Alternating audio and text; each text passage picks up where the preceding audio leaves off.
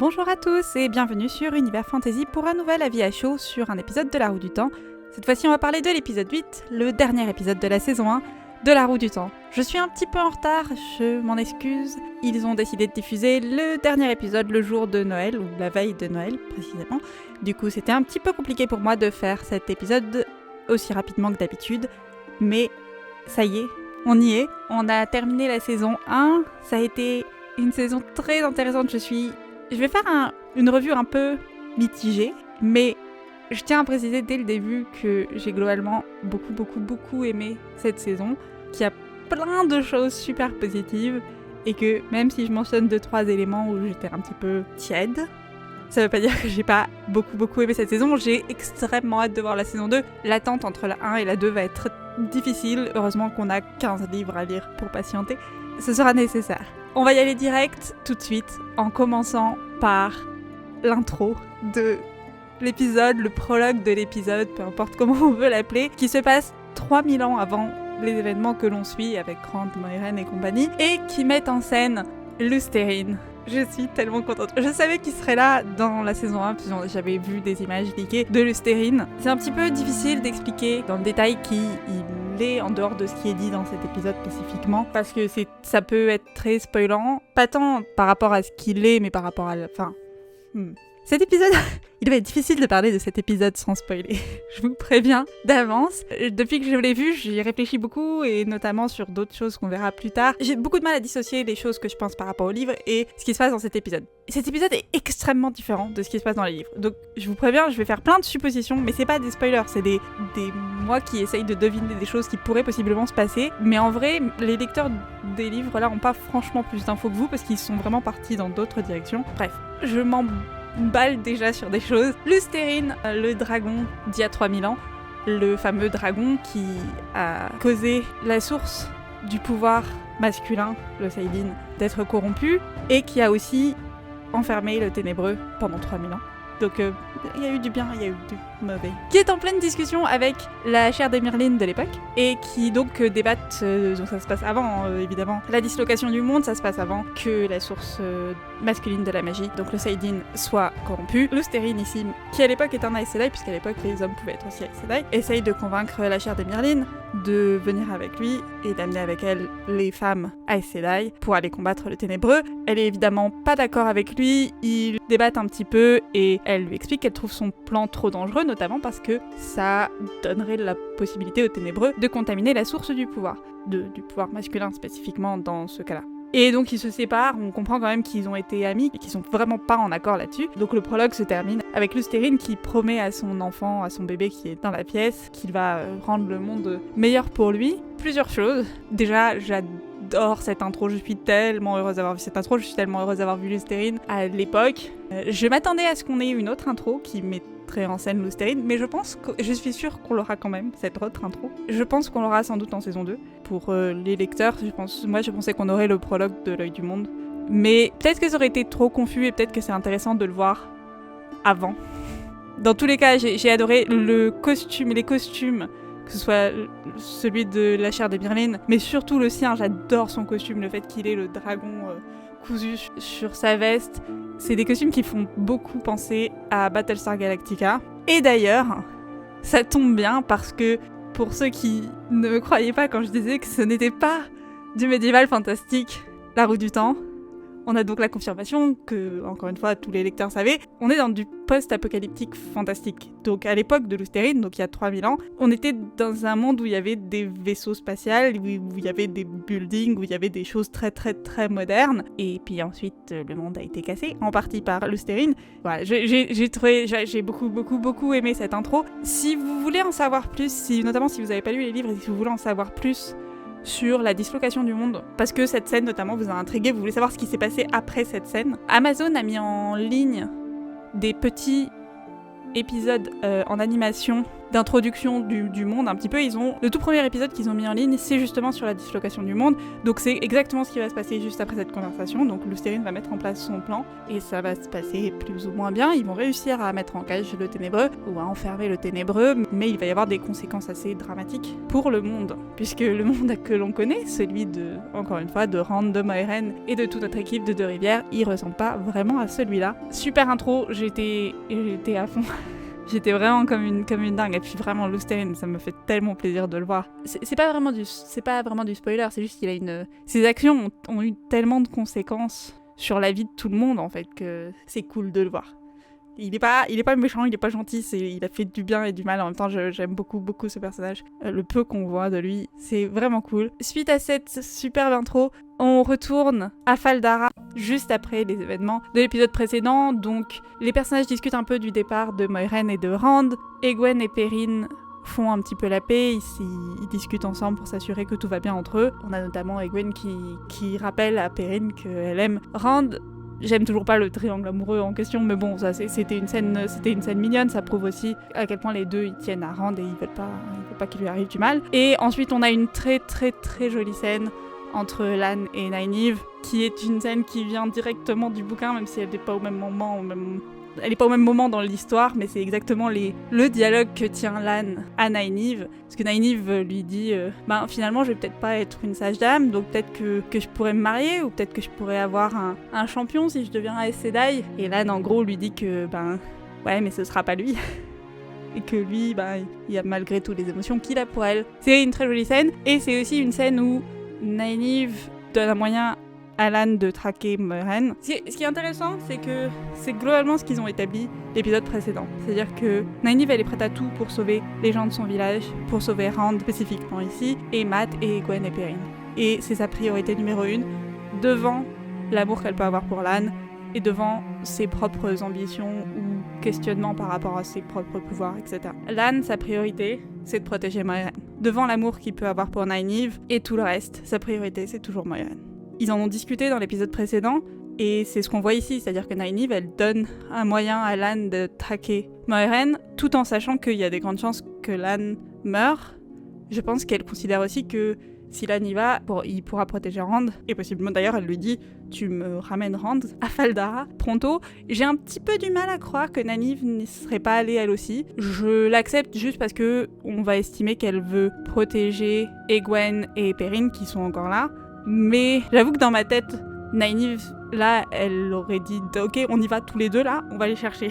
Parce que j'ai du mal à imaginer Nynaeve juste laisser Rand aller se sacrifier à l'œil du monde. Mais pourquoi pas, elle veut aussi évidemment protéger Egwene et Perrine, donc il n'y a pas de souci. On va faire les choses un petit peu pas dans l'ordre de l'épisode, parce que pendant tout l'épisode, on passe de Fal Dara à la flétrissure et à l'œil du monde, là où sont Rand et Moiraine. Ce que je vais faire, c'est qu'on va parler de tout ce qui se passe à Fal Dara, dans le détail, et ensuite on parlera de l'œil du monde et de Rand, et des choses qui se passent à l'œil du monde. Parce que sinon, ça va être un peu chaotique. Donc en gros, à Fal Dara, tout le monde se prépare à une grosse bataille. On voit Egwene qui entend les mêmes sons qu'elle a entendus à l'époque de Beltane, quand ils se sont fait attaquer à Deux-Rivières. Donc on sait qu'il y a une très très très très grosse armée qui arrive. Je crois que les chiffres qui sont avancés, c'est entre 10 et 20 000 Trollocs, plus 60 Blafards, un truc comme ça. Donc tout le monde se prépare à une bataille assez énorme. Il est sous-entendu, plus ou moins, que c'est la dernière bataille, donc la fameuse bataille qui va mettre fin à tout ce conflit avec le Ténébreux, dans un sens ou dans l'autre. C'était déjà sous-entendu plus ou moins l'épisode précédent. Et là, c'est vraiment, encore une fois, c'est pas en tant que lectrice, c'est en tant que personne qui regarde des séries dans sa vie. La série a été renouvelée pour une saison 2. On sait que c'est une série qui est basée sur une grosse saga de livres. Il y a peu de chances que la dernière bataille contre le Ténébreux se déroule dans le final de la saison 1. Donc, je sais pas si quiconque y croyait un petit peu, mais ça me semblait évident, moi, en tout cas, que c'était pas ça la bataille qu'on allait voir, que ça allait être quelque chose qui ressemblait peut-être un petit peu, ou qui était un début d'eux, mais ça allait pas être la bataille finale, je comprends qu'ils aient essayé de le sous-entendre un petit peu, mais je doute que quiconque qui regarde des séries dans sa vie, qui a regardé plus d'un film et d'une série dans sa vie, pensait que le Ténébreux allait mourir et c'était la dernière bataille, là, dans le final de la saison 1, alors qu'on a une saison 2 qui va arriver bientôt. Donc évidemment, c'est pas la bataille finale, mais ça reste, on sent quand même beaucoup la tension. On nous a expliqué dans cet épisode et dans le précédent que c'est le Lord Agelmar et les gens qui vivent à Fal Dara, c'est globalement, c'est toute leur vie, ils protègent contre la flétrissure et contre les Trollocs. Donc ils ont l'habitude, et du coup j'ai un petit souci. J'ai un petit souci parce que ils ont l'habitude de se battre contre les Trollocs, ils se font attaquer en permanence, c'est des guerriers expérimentés. Et je trouve que notamment Lord Agelmar se fait un peu tuer rapidement. S'il est mort. Je pense qu'il est mort. Il s'est pris une lance dans le torse, donc j'estime qu'il est mort. Mais disons que j'aurais aimé les voir... Alors, le plus gros reproche que je vais faire à cet épisode, c'est qu'il n'y a pas assez de temps. En fait, ils ont trop de choses à raconter. Et pour bien les raconter, pour bien nous raconter que c'était une bataille importante au point où tous ces gens qui ont l'habitude de se battre régulièrement contre les Trollocs pensaient sincèrement que c'était la dernière bataille, pensaient sincèrement qu'ils allaient tomber, que cette protection qui avait tenu des générations et des générations contre la flétrissure allait tomber. Il fallait plus de temps ou il fallait plus de moyens peut-être pour nous montrer une bataille, parce qu'on les voit pas vraiment se battre en fait. Puisque lui il va arriver donc sur les murailles, ils vont donc tirer un petit peu sur des Trollocs, et ensuite un Trolloc va monter à la muraille, va lui envoyer une lance dans la tronche, enfin dans le torse précisément, et c'est la fin de cette bataille-là. Ensuite ils passent de l'autre côté de la porte et ils attaquent la ville. Et ensuite ils se font oblitérer par les femmes qui canalisent. Du coup, j'étais un peu déçue, j'aurais aimé le voir lui notamment, et les hommes autour de lui, se battre un tout petit peu plus, pour qu'on sente... En fait on sent pas vraiment que c'est exceptionnel comme bataille, j'ai l'impression que ça manquait un petit peu de désespoir en fait. J'aurais voulu les voir se battre. J'aurais voulu les voir tirer une épée et se battre, ou n'importe quelle arme, et se battre un petit peu, et il y a quasi personne, je crois qu'il y a personne. On voit les blafards tuer des gens un peu plus tard, on en reparlera, mais du côté des gentils, on va dire, eux, ils tirent à l'arbalète, et c'est tout. Et après, on a les femmes qui utilisent le pouvoir, mais il n'y a pas eu de... Ouais, j'aurais voulu voir du combat. J'aurais voulu qu'on sente un peu plus la pression de cette bataille-là, j'aurais voulu plus. Je comprends qu'ils n'ont pas le temps et qu'ils n'ont pas l'argent, donc je pardonne. Mais j'avoue que j'étais un petit peu sur cette bataille. Mais il y avait des moyens de le faire. C'est-à-dire que si vous vous souvenez, je déteste, je veux pas forcément comparer avec ça, mais si vous vous souvenez, les premières saisons de Game of Thrones, ils n'avaient pas les thunes non plus. Ils avaient peu d'épisodes et ils n'avaient pas les thunes. Donc ils étaient globalement dans la même situation. Et si vous vous souvenez, il y avait une bataille où Robb Stark allait se battre contre les Lannister. Et on voyait pas en fait la bataille. Et on les voyait juste revenir et ils étaient tous en sang, machin. Et c'est peut-être ça qu'il fallait faire. Peut-être qu'il fallait juste le voir partir à cheval et pas les montrer sur les murailles. Parce que je trouve que du coup, on les voit se faire battre et c'est beaucoup trop rapide.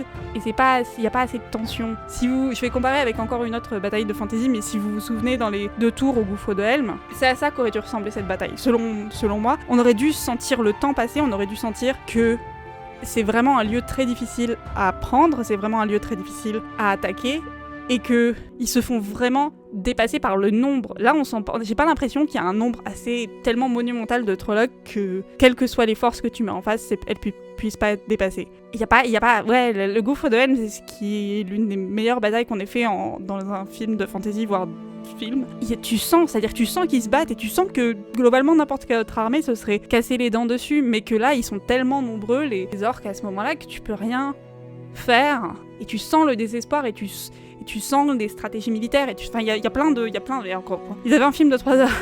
Globalement, je voudrais un film de 3 heures sur cette bataille, s'il vous plaît. Bref, donc on a Lord Agelmar qui va se faire tuer sur les remparts, sa sœur Amalisa qui réunit les femmes pour défendre la ville, et on voit les femmes s'armer, on voit les femmes se préparer à la bataille, donc c'est des femmes de Fal Dara, elles sont pas du genre à rester dans leur coin. On voit aussi très brièvement Min qui part de la ville, qui se barre très, très vite. Et donc ensuite, évidemment, les forces du Ténébreux arrivent, menées par les blafards. J'adore toujours le design des blafards, il est très très cool. Mais comme je disais, j'étais un petit peu déçue par l'impact de la bataille, si ça a du sens. Mais c'est pas très grave. C'est pas très grave parce que l'essentiel, il est dans la roue du temps, c'est les personnages. J'aurais aimé que ce soit mieux fait ça, mais on a quand même des impacts sur les personnages, ce qu'on va voir juste après. Et donc ça reste un moment important de l'histoire, c'est juste que la façon dont il a été présenté était un peu bancale à mon goût. Du coup, on retourne d'ailleurs sur les personnages. Donc les femmes qui peuvent canaliser sont appelées au front. Donc Egwene et Nynaeve partent rejoindre la sœur de Lord Agelmar. Et Perrin se retrouve un petit peu à attendre, à rien faire avec Loial, et il questionne encore le paradigme de la feuille sur à quel point tu te sens inutile quand tu décides d'être non violent, mais que t'es au milieu d'une bataille. Et il a beaucoup de mal à accepter de ne rien faire. Loyal lui propose d'aller demander s'il peut aider. Moi, alors, je sais, j'aurais voulu que cet épisode dure 3 heures. Je l'ai déjà dit il y a 5 minutes. J'aurais adoré voir Perrine faire... Il est forgeron à la base. Donc j'aurais adoré que là, on le voit se balader un petit peu dans la ville et proposer son aide, notamment pour réparer des armes ou des choses comme ça. On le voit pas faire ça. Il va dans le couloir à côté et il croise des soldats de Valdara que l'on a déjà vu qui étaient autour de Lord Agelmar depuis le début, dont le gars au milieu qui s'appelle Uno, qui est un pote de Lan. On l'a vu faire un hug à Lan au tout début dans l'épisode précédent. C'est Uno, quoi. A priori, je sais pas si on le... je sais pas, ils ont fait trop de changements. Je sais pas si on va le revoir dans la saison prochaine. Il est peut-être mort, j'en sais rien. Peut-être, s'il est pas mort, ça sera fun de voir ce personnage dans la saison prochaine. Peut-être qu'ils l'ont tué. Honnêtement, j'en sais rien. C'est donc tous ces soldats débarquent dans la salle du trône et avec des piolets, des haches, des trucs pour déterrer quelque chose, et ils vont aller déterrer quelque chose qui est sous le trône de Lord Agelmar, et ils vont déterrer le corps de Valère. Alors, corps de Valère, donc, excusez-moi, j'essaye de réfléchir à ce qui est spoilant et ce qui n'est pas spoilant. Il l'explique, en partie, donc il l'explique complètement, donc le corps de Valère, c'est un corps, et si tu souffles dedans, ça fait venir les héros des légendes pour aider pendant la dernière bataille. C'est ça que c'est censé faire, en tout cas. C'est la légende autour de ce corps. Et les soldats de Faldara précisent que c'est fait pour aider le dragon vraiment dans la dernière bataille. Donc c'est pas à eux de souffler dedans, c'est pas le moment, à ce moment-là, de s'en occuper. Voilà, donc ils récupèrent le corps de Valère, et Perrine voit Padanfain dans le couloir, et donc va à la poursuite de Padanfain. Oh, tiens, c'est bizarre, Padanfain. Pendant qu'il s'éloigne et qu'il se balade dans les couloirs à la recherche de Padanfain, des blafards débarquent dans la pièce et semblent tuer... Et Padanfain revient aussi dans la pièce, et en apparence semble tuer tout le monde, dont Loyal. Enfin, Perrine revient, Padanfain est en train de tuer Loyal. Non. Bah non. J'étais tellement en choc, j'étais là, mais qu'est-ce... Quoi? Plusieurs choses. Déjà, comme je l'ai dit tout à l'heure, c'est pas la première série que je regarde dans ma vie. Moi, si je vois pas quelqu'un de 100% mort, genre son cadavre, je ne crois pas que la personne est morte. Donc, je sais pas comment marche l'anatomie des ogiers exactement, mais à mon avis, il est pas mort. Je refuse de croire qu'il est mort. Je refuse de croire que Uno est mort, parce que ce serait fort dommage. C'est pas un personnage pas un personnage qui a une importance extrême dans le livre, mais c'est un personnage fun. Mais, comme je disais, dans cet épisode, ils ont pris le script du livre et ils ont dit non, on va faire autre chose. Et j'ai pas de souci avec ça, pas du tout de souci avec ça. La fin de l'œil du monde, le livre, est extrêmement confus et bizarre. Et moi j'adore toutes les fins. Les fins des tomes de la Roue du Temps sont vraiment très très bons, sauf celui de l'œil du monde. Moi, l'œil du monde, j'ai été tellement confuse à la fin de ce livre. Heureusement, dès le début du tome 2, j'étais repartie complètement, et il te rattrape et il te remet dans l'histoire très très vite, et c'est extraordinaire. Mais on peut pas blâmer la série pour avoir fait quelque chose de complètement différent, puisque dans tous les cas, oui, ça aurait été un peu bizarre de faire exactement ce qui se passe dans le livre. Revenons à nos Padanfain. Donc oui, donc a priori tout le monde dans la pièce est mort, dont Loyal et Uno. Ouais, donc bref, a priori tout le monde est mort, à part Perrine. Perrine d'ailleurs attrape une hache, et encore une fois, semble se questionner de est-ce qu'il va attaquer. Il y a quand même plusieurs blafards en face de lui, donc je pense que là, l'hésitation, elle vient pas du est-ce que je continue à suivre le paradigme de la feuille, mais plutôt du il y a des blafards en face de moi, je veux pas mourir. Plusieurs choses que Padanfain fait. 1, il récupère le corps de Valère. 2, il nous redit que nos 5 héros de Deux-Rivières sont des Tarvérennes, qui sont donc importants pour la trame. Mais important pour la trame, ça veut pas dire important pour le bien de la trame. Ça peut être aussi pour le ténébreux. Et donc que, d'après lui, le ténébreux ne veut pas tuer nos 5 héros de Deux-Rivières. Il voudrait plutôt les corrompre et les ramener de son côté. Ce qui est assez intéressant, puisqu'ensuite on verra donc que du côté de Rand aussi, et on n'essaye pas forcément de le tuer direct, on essaye plutôt de le ramener du côté du ténébreux. C'est d'ailleurs à ce moment-là aussi qu'on voit une légère, toute petite apparition de Mat qui semble être retournée à Tar-Valon, et qui semble pas dans un état super correct, mais c'est tout ce qu'on voit de Mat. Par contre, on voit autre chose. Donc notre ami, ou ennemi, plus précisément Padanfain ici, l'acteur est tellement bon. Il est tellement bon. Il n'a pas eu beaucoup de scènes depuis le début, on l'a vu un petit peu dans le premier épisode, et depuis, il a juste fait des apparitions, mais il a tellement... J'adore Padanfain. C'est pas mon personnage favori dans les livres, Mais alors là, pour l'instant, l'acteur, il a l'air de s'amuser comme pas possible à jouer le personnage le plus... Je sais pas, il sait même pas qu'il est maléfique, c'est qu'il a l'air d'avoir du fun en fait. Il a l'air d'apprécier de jouer un connard. Bref, quand Perrin revient dans la pièce et qu'il voit les Blafards tuer les soldats de Faldara et il voit Padan Fain poignarder Loial, on a un plan sur le poignard qu'il utilise quand il le re-range après. Et la photo est pas folle, mais c'est à ça que ça ressemble. Moi, je trouve que ça ressemble vachement à la dague que Matt avait. Vous savez, la fameuse dague hantée qu'il a trouvée dans une ville hantée, qui l'avait rendu un peu irritable pendant les 3/4 des épisodes de cette saison. Peut-être pas, mais je trouve qu'il y a le rubis, il y a la même forme sur la poignée. Je sais pas, je trouve qu'il y a quand même un air. Il y a un air, et quand on s'est débarrassé, quand Moiraine a enlevé la dague des mains de Matt, j'avais posé la question. Qu'est-ce qu'ils en ont fait? C'est important. Dague maléfique, on la laisse pas traîner au sol comme ça. C'est peut-être pas ça, hein. J'ai pas d'informations. Tout est différent du livre, donc je ne sais pas. Mais je trouve que ça y ressemble fortement.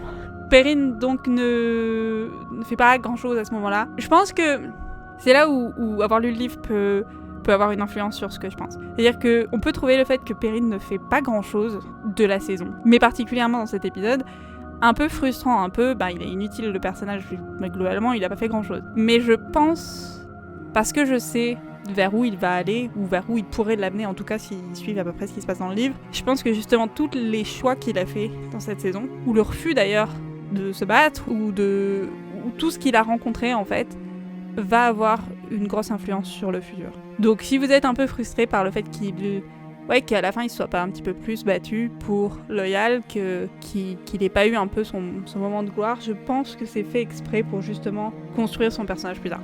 J'en sais rien, encore une fois, spéculation pure, mais j'aurais tendance à dire que oui. Du côté des canaliseuses, donc comme je disais, Nynaeve et Egwene rejoignent Lady Amalisa, je crois, donc la sœur de Agelmar, qui, on le savait dans l'épisode précédent, a été formée à Tar-Valon, mais n'était pas assez puissante pour devenir Aes Sedai, mais elle sait utiliser le pouvoir correctement, elle sait le canaliser comme il faut, et donc elle leur demande à L2 et 2-3 autres qui sont venus l'aider de lui transmettre en fait leur pouvoir à elle, pour qu'elle puisse le canaliser et l'envoyer dans la tronche des Trollocs qui vont débarquer. Ce qu'elles font de façon plutôt très très très efficace, mais...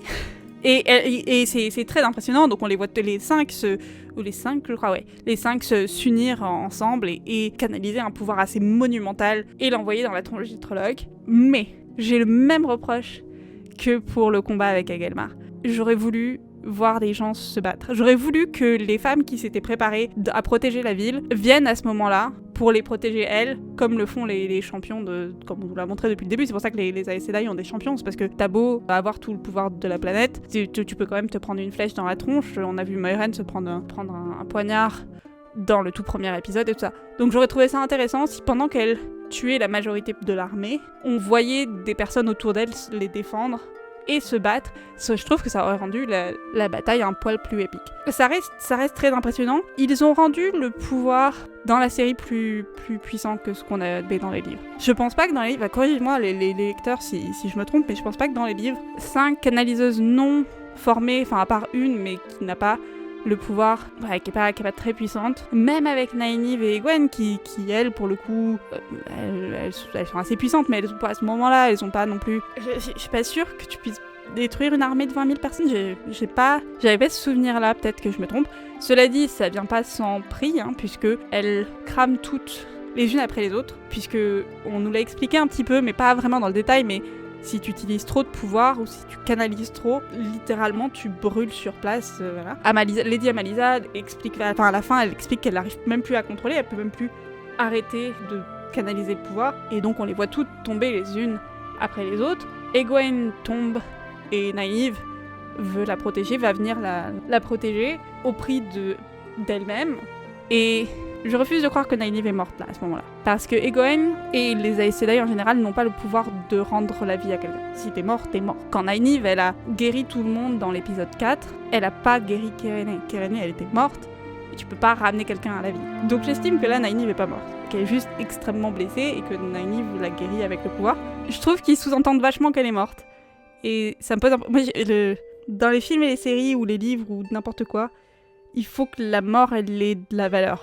Il faut que quand quelqu'un meurt, il meurt. Tu peux pas nous faire croire que tout le monde peut revenir à la vie toutes les 5 minutes parce que sinon la prochaine fois qu'ils vont tuer quelqu'un, on aura du mal à le croire en fait. C'est important c'est important. Justement, je trouvais qu'avec l'épisode 4 et 5, donc la mort de Kerene et de Stepin après, ils avaient établi que la mort était importante dans cet univers. Malgré la réincarnation qui fait partie de ce monde, mais c'est pas quelque chose de trivial.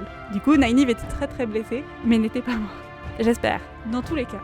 Elles arrivent donc à repousser l'armée des Trollocs, et seulement Egwene et Nynaeve survivent, les 3 autres femmes meurent d'excès d'utilisation de pouvoir, mais la ville est sauvée, et donc l'armée est arrêtée. Donc ça, c'est ce qui se passe à Faldar, qui globalement est très intéressant, et c'est une bonne partie de l'épisode. Je trouve seulement que les 2 batailles qu'on a, donc celle qui est à Tarwyn Gap et celle qui est devant la ville, auraient pu être un peu plus impressionnantes, elles sont un peu décevantes, je trouve, même si ça reste il reste des bons moments pour les personnages. Et n'oublions pas, Padan Fain a récupéré le corps de Valère. Vraiment, j'aime trop ce je pensais pas, vraiment, c'est vraiment pas mon personnage favori du livre. Je pensais pas l'apprécier autant dans la série. Ça me fait plaisir à chaque fois qu'il débarque. Et là, il débarque dans toute sa splendeur. Donc, génial.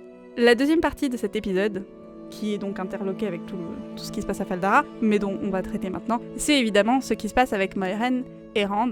Et à la toute fin, il y a Lan qui débarque, mais surtout avec Moiraine et Rand, qui sont donc partis dans la flétrissure pour se rendre à l'œil du monde, pour combattre le ténébreux, en tout cas c'est ce qu'ils pensent qu'ils vont faire. Ça se passe complètement, encore une fois, je sais que je me répète, mais je veux pas que vous croyez que je puisse possiblement vous spoiler, parce que ça se passe pas du tout comme ça, vraiment pas du tout comme ça dans le livre. Dans les livres, ils y vont tous, à l'œil du monde, ils trouvent pas du tout la même chose, à l'œil du monde, il se passe des choses complètement différentes. On est dans un univers différent, qui ressemble beaucoup, mais c'est un monde, c'est une histoire différente. Donc, Moiraine et Rand traversent la flétrissure. On voit d'ailleurs les 7 tours de Malkyr qui sont là où est né Lan. D'ailleurs, Lan les voit aussi quand il vient à la recherche de Moiraine à la fin. C'est intéressant de voir justement qu'est-ce que fait la flétrissure. Donc Moiraine explique que ça, c'est arrivé en 40 ans ou moins de 40 ans, alors que Rand semblait dire mais on dirait que c'est comme dans cet état-là depuis des années et des années, et c'est pas si vieux que ça. Et donc on voit qu'est-ce que le mal qui sort même des racines, parce que le ténébreux est si proche, ou la prison du ténébreux est si proche. Et enfin, Moiraine nous donne un plan. Parce que Rand, qui occasionnellement est pas complètement bête, lui dit c'est quoi au fait l'idée, parce que moi je sais pas canaliser. Clairement tu pensais que c'était Egwene, le dragon réincarné. Moi j'aurais bien aimé que ce soit Egwene parce que c'est pas la meilleure chose qui me soit arrivée de tous les temps. Tu peux m'apprendre à canaliser? Et elle lui dit non. J'ai bien aimé la raison pour laquelle elle lui dit non. En vrai elle peut pas l'aider à canaliser parce qu'elle voit pas quand il canalise. Mais elle lui dit aussi, et c'est une très bonne raison, et je peux pas t'aider à canaliser parce que à la seconde où tu vas commencer à canaliser, la corruption du Saidin, donc de la source masculine de la magie, va commencer à te rendre fou. À la seconde où tu commenceras à utiliser le pouvoir, tu vas commencer à perdre ta tête. Donc elle ne peut pas prendre le risque, en partie parce que elle l'a dit à Siuan il y a quelques épisodes, il y a un risque qu'il aille vers le ténébreux, qu'il aille vers le mal et pas vers le bien. Et c'est un risque énorme puisqu'il a potentiellement un pouvoir monstrueux, donc vaut mieux éviter. Bref, elle nous révèle donc enfin le plan. Je disais ça fait 3 vidéos que je dis, c'est quand même une idée bizarre d'envoyer des gens non entraînés à l'œil du monde se combattre directement le ténébreux. Donc son plan, c'est d'utiliser un sangréal qui est donc cette petite statue qu'elle explique, qui va multiplier ton pouvoir par 100, je crois qu'elle dit. Et donc il suffit que tu canalises dedans, tu mets tout ton pouvoir dedans et tu le relâches et ça va multiplier par 100 ta force. Et ça devrait être suffisant pour envoyer les ténébreux dans sa prison pour 3000 ans. C'est le plan. Donc Rand récupère ce sangréal et il se dirait ça reste un plan un peu moisi. Hein. C'est-à-dire que c'est mieux que pas de plan, mais bon, je trouve l'idée assez saugrenue. Et je comprends, c'est pas tous les jours que tu te bats contre le ténébreux, donc t'as pas forcément 50 plans en tête. Là, son plan, c'était la solution genre bombe atomique, quoi. Tu balances tout le pouvoir possible dans la tronche du mec qui se présentera, et puis t'espères pour le mieux. En parlant du mec qui se présentera, ce mec se présente. On va nommer cette personne qui semble se présenter comme le ténébreux. Je refuse de croire que c'est le ténébreux. Je pense pas que c'est le ténébreux, parce que je pense qu'on nous montre pas le ténébreux dans la saison 1. Je sais pas qui est cette personne. Peut-être que c'est le ténébreux, j'en sais rien. qu'ils ont tellement changé de trucs que honnêtement j'en sais rien. Mais j'ai décidé qu'il méritait pas que je l'appelle le Ténébreux, donc je vais l'appeler Bob.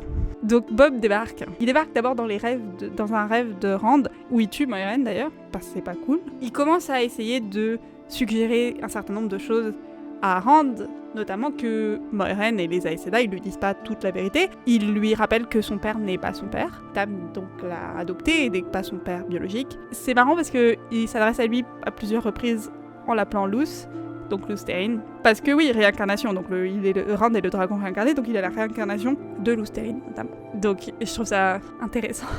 C'est difficile de parler. Disons que j'ai des théories pour qui est cette personne. Peut-être que je me trompe, peut-être pas. Mais un certain nombre de choses que je trouve intéressantes dans tout ce qu'il raconte sont intéressantes parce que ça supporte ma théorie.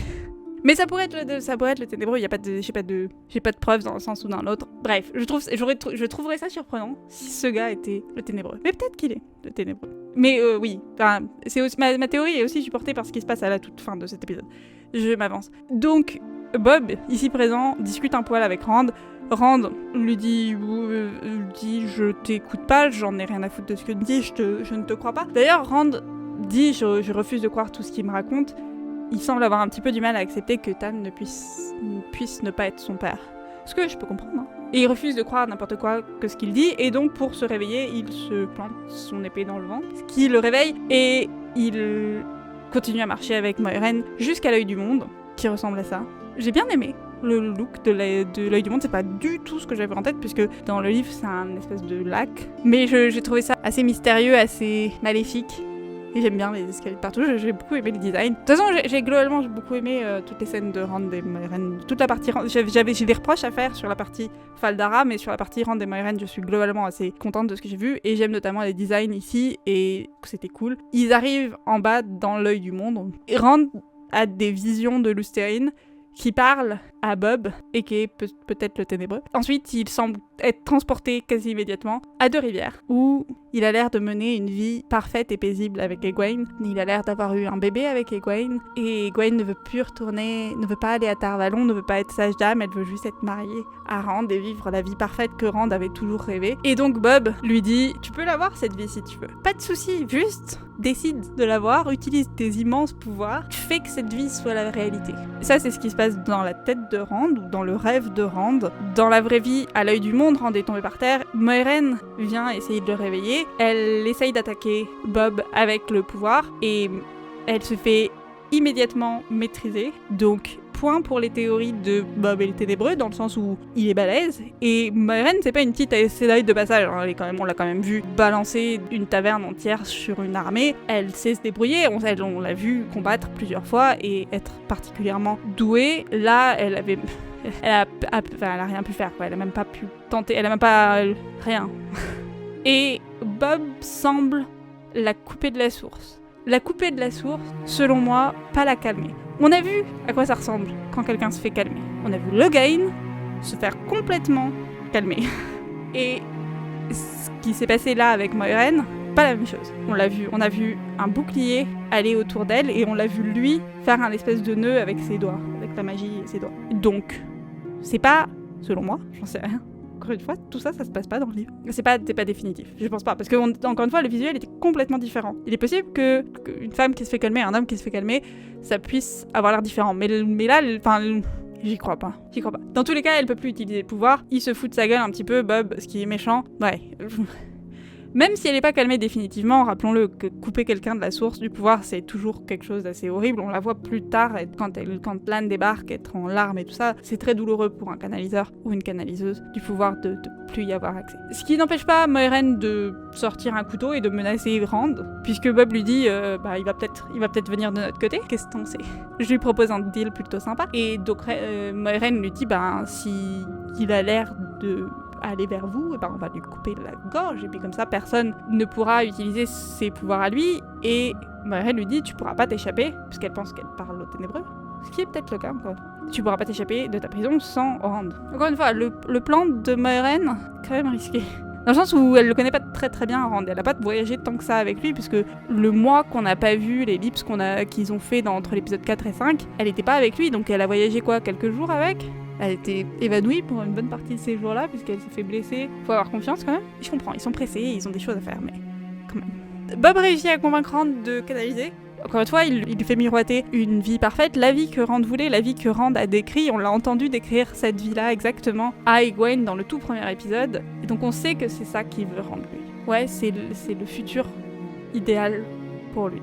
Et donc on le voit canaliser plusieurs choses. Déjà, on le voit canaliser et on voit immédiatement le noir apparaître autour de sa magie. C'est corrompu et donc on sait, et il nous le rappelle un petit peu plus tard, on sait que la folie va venir avec. Mais Rand, occasionnellement, Rand c'est un idiot. Parfois il est têtu parce qu'il vient de Deux-Rivières et que c'est leur spécialité. Mais au fond de lui, le Rand qu'on connaît, en tout cas le Rand qu'on a vu jusque-là, c'est une bonne personne. C'est quelqu'un qui... Il a eu ce débat avec Egwene pendant toute la saison, qui était le « Ah mais tu m'abandonnes parce que tu veux devenir Sage Dame, parce que tu veux devenir Aes Sedai ». Et à chaque fois on l'a vu souffrir du choix que fait Egwene, mais on l'a aussi vu à chaque fois dire « Ok, ça me fait chier, t'es en train de détruire la vie que j'avais imaginée dans ma tête, mais c'est ce que tu veux, et je te forcerai jamais évidemment à faire un truc que tu veux pas, et je te soutiendrai. » Il avait proposé à Egwene de devenir son champion, etc. Et il la forcerait jamais à vivre une vie qu'elle veut pas, même si elle s'en apercevrait pas et tout ça. Comme il dit, Egwene, toute mignonne et gentille et heureuse d'être à Deux-Rivières, la maman des bébés de Rand, c'est pas l'Egwene dont il est amoureux, c'est pas l'Egwene qu'on connaît, et c'est pas comme ça que tu pourras convaincre Rand de passer du côté des ténébreux. Il canalise donc non pas pour rendre cette vie idéale réalité, mais pour attaquer Bob en utilisant le sang angréal. Et pareil, et c'est là où moi c'est mon plus gros argument sur le fait que cette personne n'est pas le ténébreux. C'est trop simple. Il le pulvérise, mais c'est trop simple. T'es le ténébreux, t'es le méchant méga big bad. Il a fallu, c'est-à-dire que quand Lustérine a mis en cage le ténébreux pour la première fois, il était pas tout seul. Il avait tout un tas, je crois que 99, je crois qu'ils étaient 100 en tout. Il avait tout un tas d'Aes Sedai extrêmement puissants avec lui. C'est quelque chose que je sais pas si on l'a vraiment expliqué encore dans la série, mais les Aes Sedai d'il y a 3000 ans, donc ceux qu'on a vus au tout début, là dans le prologue, dans l'intro, ils étaient vachement plus puissants que les plus puissants des Aes Sedai aujourd'hui en fait. Donc il y avait 100 extrêmement puissants Aes Sedai, dont Lustérine qui était le dragon complètement formé, complètement en capacité à 100% d'utiliser ses pouvoirs au mieux. Et eux, ils ont réussi à emprisonner le ténébreux, mais ils ont payé le prix fort, encore une fois, et ça a corrompu la source du pouvoir masculin. Et on va me faire croire que Rand, même avec un sang angréal, là, à ce stade-là de sa capacité de canaliseur, tout seul, j'y crois pas. Autre raison pour laquelle j'y crois pas, notre ami Bob, quand il se fait exploser, il a cette tête, les yeux petits sourires qui apparaissent sur ses petites lèvres. Donc, mon avis est que ils ont fait en sorte, qui qu'il soit, mais en tout cas les gens qui bossent pour le ténébreux, dont cette personne, ont fait en sorte que Xuan ait ses rêves qui poussent Moiraine et Rand à venir à l'œil du monde. Et à l'œil du monde, ils avaient l'option soit de réussir à convertir Rand pour le ténébreux, dans ce cas-là jackpot pour eux, soit de faire exactement ce qu'ils ont fait là. Quoi que ce soit qu'ils aient fait là, ça faisait aussi partie des plans du ténébreux.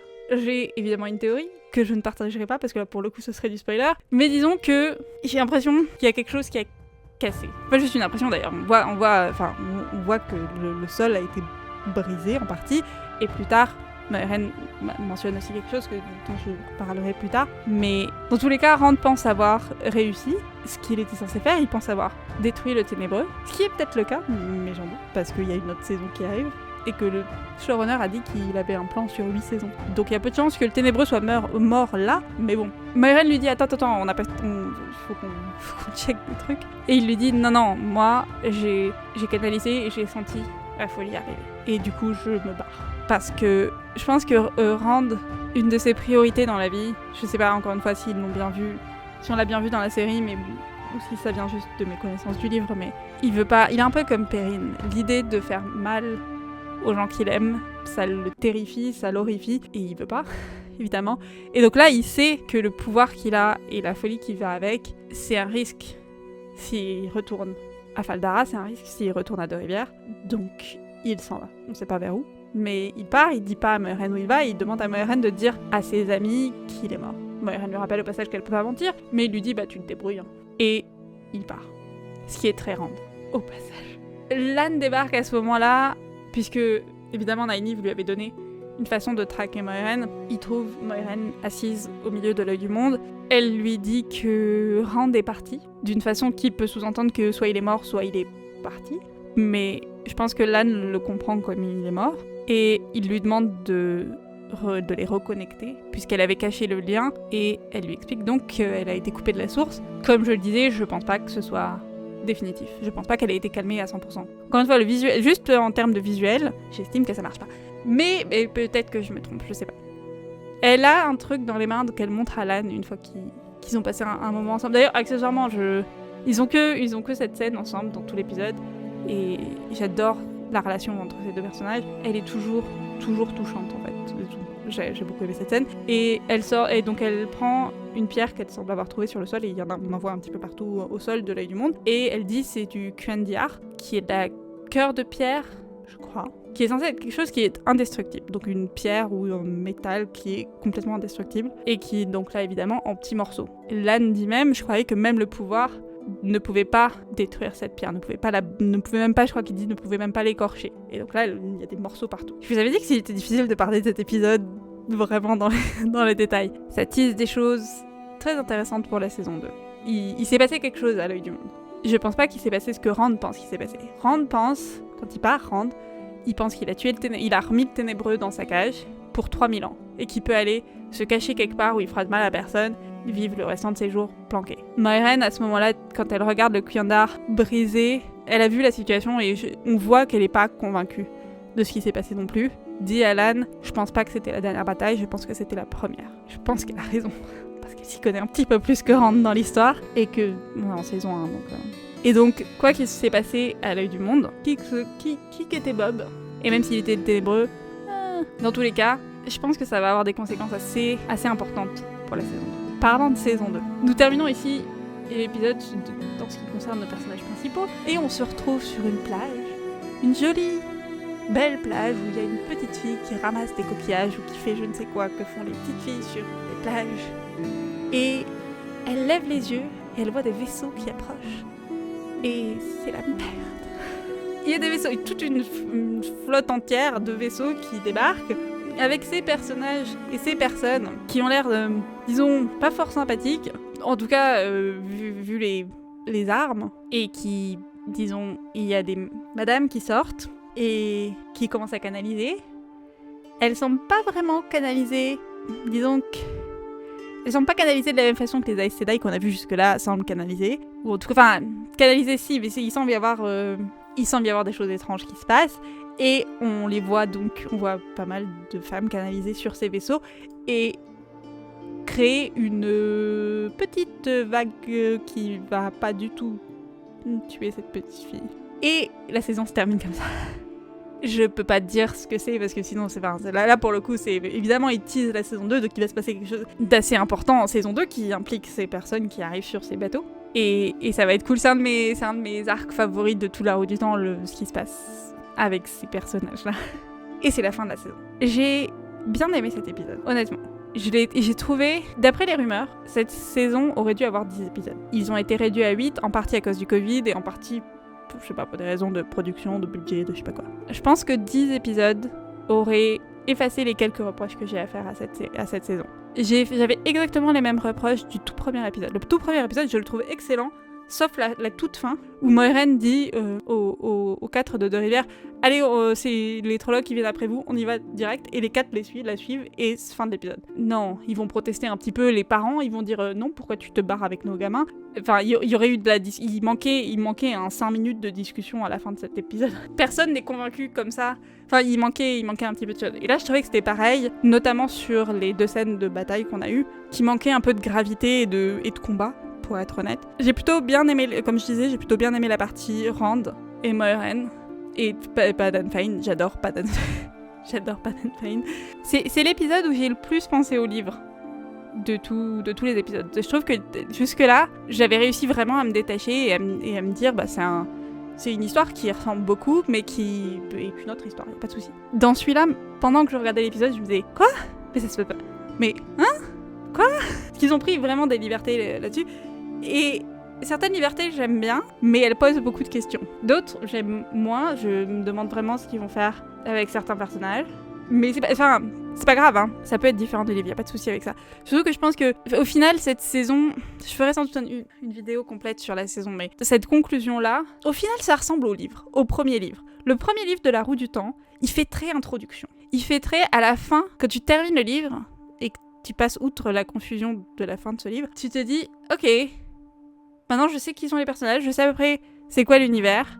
Et j'ai l'impression que l'histoire de La Roue du Temps, elle commence avec The Great Hunt, le tome 2. J'ai un peu l'impression que c'est la même chose. J'ai l'impression qu'à la fin de cette saison, on connaît l'univers, on connaît les personnages, mais qu'on n'a même pas commencé à gratouiller le début de l'histoire, en fait. Et c'est pas grave, parce que ce qui compte, c'est que moi, j'ai regardé l'épisode le soir, et le lendemain, en me levant, je me disais, j'aimerais bien avoir un épisode 9. J'ai envie de voir ces personnages encore, j'ai pas envie d'attendre 1 an et demi avant de revoir Nynaeve, avant de revoir Matt. J'ai envie de savoir ce qu'ils vont faire avec Matt, j'ai envie de revoir Egwene, j'ai envie de tous les revoir et de repasser encore du temps avec eux. Et du coup, c'est réussi. Et même le dernier épisode, qui était pas, c'est pas un 10 sur 10 pour moi, je mets pas de notes, mais c'est pas j'ai 2-3 trucs qui m'embêtent un peu. Il n'empêche que j'avais envie de voir ces personnages. Je voulais continuer à passer du temps avec eux et il aurait duré 2 heures, j'aurais été extrêmement heureuse. Du coup, c'est réussi. Si t'arrives à nous faire aimer les personnages malgré ce combat, il n'était pas quand même au niveau de ce qu'on aurait pu imaginer, c'est que t'as réussi parce qu'en vrai, on s'en fout du combat. Enfin, on s'en fout pas, bon, évidemment qu'on s'en fout pas, sinon je l'aurais pas mentionné, mais ouais, ce qui compte, moi c'est ce que j'aime dans les livres, La Roue du Temps, c'est les personnages et leur parcours individuel. Ils ont tous, c'est ça qui est intéressant aussi, et je crois que c'est Padan Fain qui le dit dans cet épisode encore une fois, c'est pas que le dragon l'histoire, c'est les 5 et d'autres personnages qu'on n'a pas encore rencontrés, qu'on va rencontrer dans la saison 2 et j'ai hâte. Et ouais, et il y avait plein de moments, il y avait plein de grands moments dans cet épisode. Le Rand qui refuse de se faire avoir, parfait. Les 5 femmes qui s'unissent et qui arrivent à abattre une armée, très très cool. Très classe. Lan et Nynaeve, je pourrais regarder une série entière où il y a juste Lan et Nynaeve qui se parlent. Moiraine, toutes les scènes de Moiraine, elle est tellement parfaite.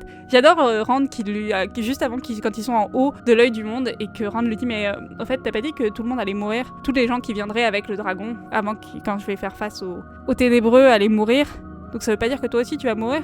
Elle lui dit elle lui répond pas je crois mais en gros oui, et il lui dit non mais du coup reste en arrière. Elle le regarde, bitch please, et elle y va parce que justement elle avait prévu évidemment que le ténébreux ou Bob allait essayer de le convaincre de rejoindre son camp. Et que, dans tous les cas, Moiraine est prête à tout, y compris à mourir, pour combattre le ténébreux. C'est son objectif numéro 1 dans sa vie. C'est sa mission à elle, celle qu'elle s'est donnée depuis, on sait que ça fait 20 ans qu'elle cherche le dragon réincarné, donc ouais, ça promet, puis ça promet des trucs, ouais, ça promet des trucs cool pour la saison 2. Je crois que j'ai fait le tour de l'épisode. Qu'est-ce que vous en avez pensé? Est-ce que vous avez aimé? Est-ce que vous avez... Je sais que les lecteurs sont un peu fâchés contre cet épisode. J'ai vu certains retours, puisque comme j'ai regardé l'épisode un peu plus tard, j'ai vu certains retours, et je sais que pas mal de monde est divisé. Plusieurs choses. Souvenez-vous qu'on n'a pas encore vu les conséquences, on sait pas encore exactement ce qui s'est passé dans cet épisode va forcément donner. Je sais pas, j'ai essayé de pas regarder les détails, j'essaie de pas avoir les avis des autres dans la tête avant que moi je fasse ma vidéo, mais j'imagine que comme moi, le Padan Fain qui poignarde Loial, what? Mais je refuse de croire que Loial est mort, parce que... pour aucune raison, en fait. Je refuse de croire que Loial est mort juste pour ça. Donc, on l'a pas vu tant qu'il est pas enterré 6 pieds sous terre, je n'y croirais pas. Avant de vous choquer trop, parce que ils ont fait des changements assez significatifs, attendez de voir ce que ça va donner. Ça va peut-être donner des trucs cool. Moi, je pense que je suis optimiste et positive sur cette série. J'y crois vachement, parce qu'ils nous ont fait des choses bien, parce que globalement sur les 8 épisodes qu'on a eu, on a eu 90% de bien et 10% de c'était un peu moyen ça. Mais 90% de ça c'est cool, ça c'est cool, ça c'est trop classe, ça c'est bien, le casting est magique. J'adore le casting. Je le dis à chaque vidéo, mais le casting il est tellement parfait, toutes les scènes, Lan qui parle à Nynaeve, parfait. Nynaeve dans toutes ces scènes, Moiraine, Rosamund Pike, elle est tellement bien. Elle est tellement parfaite pour ce rôle.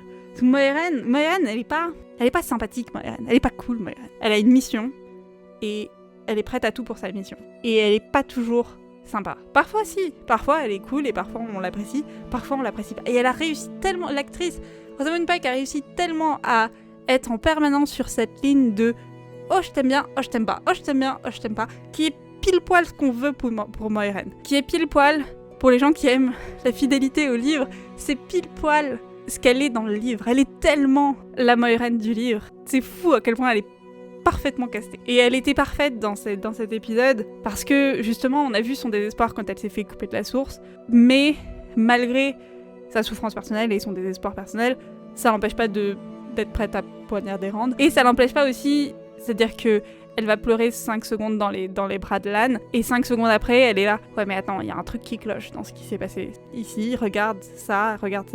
Et direct, elle met en place il faut qu'on aille résoudre ce problème-là. Encore une fois, on a vu Logain supplier qu'on le tue après qu'on l'ait coupé lui de la source. Je continue à penser qu'on n'a pas calmé Moiraine, mais c'est comme si on l'a coupé de la source. Du coup, ouais, elle est pas en train de, encore une fois, imaginer la souffrance. Malgré cette souffrance, elle est concentrée sur il y a un truc qui cloche, le ténébreux vient de nous la faire à l'envers.